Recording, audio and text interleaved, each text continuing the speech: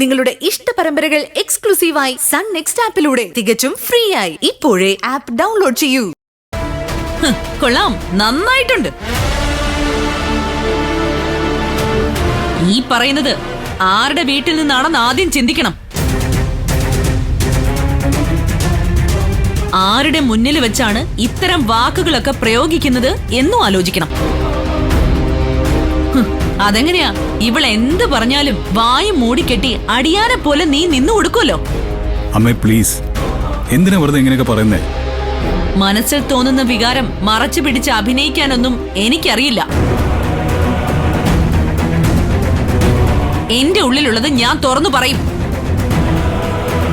നിധിയെയും അവളുടെ കുടുംബക്കാരെയും കാരണമാണ് ആ പിറന്നാൾ ഫംഗ്ഷനില് പൊതുജനങ്ങൾക്ക് മുന്നിൽ വെച്ച് ഈശ്വരമംഗലം എന്ന കുടുംബം അപമാനിക്കപ്പെട്ടത്.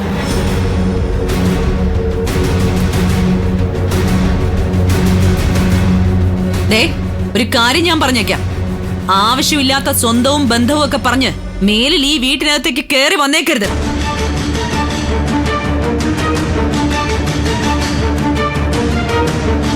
അല്ല, അറിയാൻ വയ്യാഞ്ഞിട്ട് ചോദിക്കുക, നിങ്ങളെ ആരെങ്കിലും ഇങ്ങോട്ട് ക്ഷണിച്ചോ? എന്തിനാ ഇങ്ങോട്ട് വീണ്ടും വീണ്ടും വലിഞ്ഞു കയറി വരുന്നേ? ചില സത്യങ്ങൾ എല്ലാവരോടും പറഞ്ഞ് ക്ഷമ ചോദിക്കാന്ന് കരുതി, അതിനുവേണ്ടി മാത്രം വന്നത്. ഇവൻ കഴിച്ച ജ്യൂസില് ആരോ എന്തോ കലക്കി കൊടുത്തതാ, അങ്ങനെ ഇവന്റെ ബോധം പോയത്. ഇതേ കഥ തന്നെയല്ലേ ചന്ദ്രികയുടെ മോളും പറഞ്ഞുകൊണ്ടിരിക്കുന്നത്.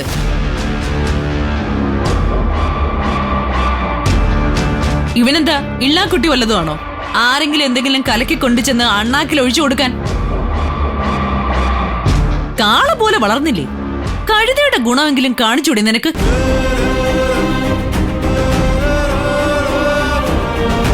അമ്മമാര് മക്കളെ ന്യായീകരിക്കണം, അതൊക്കെ നല്ലത് തന്നെയാ. പക്ഷേ തെറ്റുകൾക്ക് നേരെ കണ്ണടച്ചുകൊണ്ടായിരിക്കരുത് ആ ന്യായീകരിക്കൽ.